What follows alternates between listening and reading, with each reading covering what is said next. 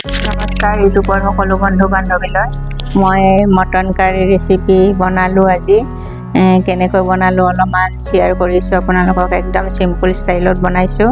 এয়া ইলাচি দালচেনি লং শুকান জলকীয়া তেলত অলপ ফ্ৰাই কৰিছোঁ অলপ জিৰাও দিছোঁ এতিয়া পিঁয়াজ দি মই গোল্ডেন ব্ৰাউন কৰি ফ্ৰাই কৰি ল'ম পিঁয়াজখিনি এয়া পিঁয়াজ দিলোঁ একদম ইজি প্ৰচেছত বনাইছোঁ চাবচোন কেনেকৈ বনালোঁ 700 গ্ৰাম মটন লৈছোঁ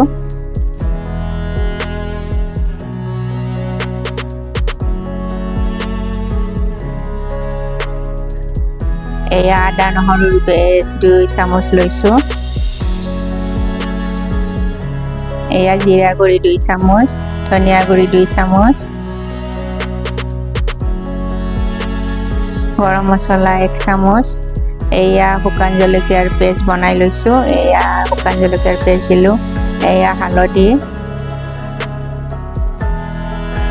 এতিয়া 20 মিনিট সময় কম জুইত ভাজিব লাগিব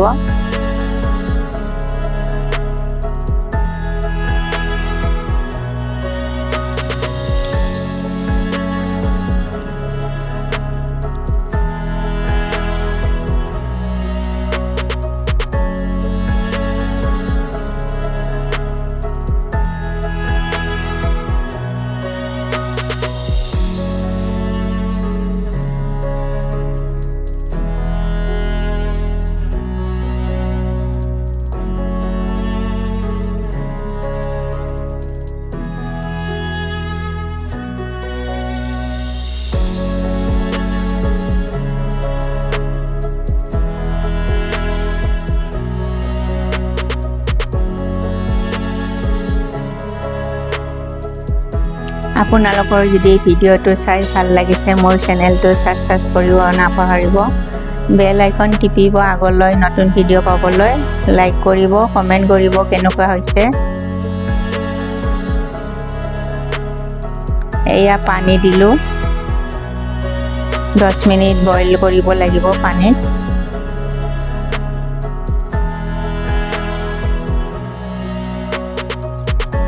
একদম সিম্পল ষ্টাইলত বনাইছোঁ